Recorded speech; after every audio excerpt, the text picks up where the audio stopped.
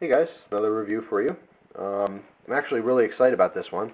This is a great high value knife. This knife is really awesome. Okay, I would probably put this on the same level as the Benchmade Pika 2, in that for the price you're not going to find much better. Okay, this was actually cheaper than the Pika 2. This is a K-Bar Dozier folder. Okay, they are produced by K-Bar. Now I say K-Bar. Some people just say Kabar. Either way, we all know what I'm talking about. That's just how I say it. Um, but anyway, this is a Bob Dozier design. Bob Dozier is a very well-known um, person in the knife community. He makes beautiful custom knives, and of course he designs a lot of knives for production companies like K-Bar. This is just a fantastic knife. This was only $20. Okay, and like I said, I would compare this to the Benchmade Pika 2 in that it is just it's a whole lot of knife for not a whole lot of money. Big difference between the Pika 2 or this is that this is a very lightweight knife. Now I apologize, I don't have the exact weight on this, but I'm telling you, it's extremely lightweight. If I had to guess, I would probably say this is definitely less than 3 ounces. Okay, it's a fantastic knife. Blade steel is AUS 8, and the blade is 3 inches. Okay, the handle is 4¼ inches, making this about 7¼ inches overall. Okay, so a good medium to larger size folder. Like I said, extremely lightweight, which is really nice. A lot of people take that into consideration when buying a knife. If you like a really light knife, I would definitely recommend this. If you like a knife that's a little heavier and beefier, I would probably say go for that Benchmade Pika 2.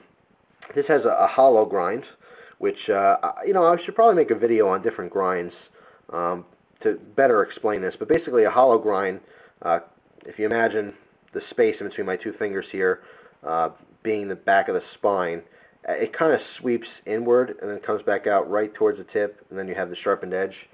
I'm not, obviously, you probably don't know what I'm talking about. I'll have to make another video just on grinds, but down the road. But this does have a hollow ground blade. Like I said, it is AUS 8 stainless steel, which is kind of in the middle there. It's soft enough to resharpen very easily, but it holds an edge fairly well. A lot of people don't like lockback knives because they don't feel they can open and close them with one hand. But as you see here, it's really not that hard at all. To give you a little tip here, open the knife as I would normally with a thumb stud. Now, if you have a nail nick, like for example on a Benchmade, or excuse me, not Benchmade, on a Buck 112 or 110, where it doesn't have a thumb stud but it has a little cutout for a nail nick, it's called a nail nick, where you use your fingernail to pull it out. In that case, what I'll do is a lot of times, for one-handed, I will pinch the blade itself and kind of push off with my middle finger, okay, to open it. So that you can open the blade that way, and then once it's open, you can easily close it by just using your thumb on the lock back. Just depress that lock and use your pointer finger just to move that blade a little bit. Okay, then you can reverse your grip and close it.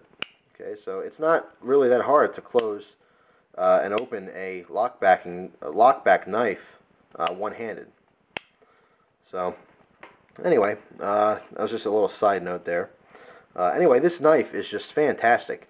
It does have a pocket clip. The pocket clip is only attached for tip-up carry, as you see here, but you can swap it to the other side, okay, if you're lefty, to carry it left or right-handed. The actual lock itself is very strong. There's good contact with the spine here, the blade. There's no blade play any direction whatsoever. Now, this only does have one thumb stud, but let's say you're lefty. You could switch the pocket clip over to the left side, and the thumb stud is removable. Not that you would want to remove it totally, but you can take it off to switch it to the left side. Okay, it's just a little torque screw here. So yes, you can switch that thumb stud to the other side if you are left-handed, which is a really nice feature. A lot of times you'll see thumb studs that are, I wouldn't say permanently bonded in, but they don't look like they're very easily removable. In this case, this one is. There is some jimping just on the base of the spine there to give you a nice secure grip. Okay, and it's just a great user knife. I can't say it enough. This is definitely, if you like lightweight folders, this is definitely the one you got to try out.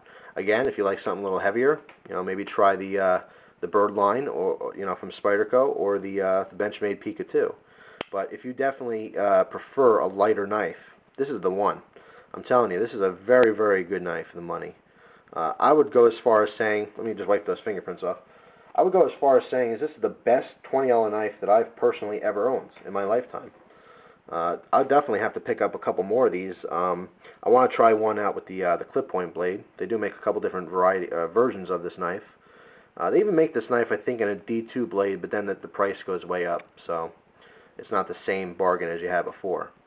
But just awesome, great design, great great way they put this together. And however they did it to get it this cheap, I don't know, but it's just awesome. It definitely worth checking out. The K-Bar Dozier folders. So that's my review. Hope you enjoyed it, and I'll see you in my next video. Thank you.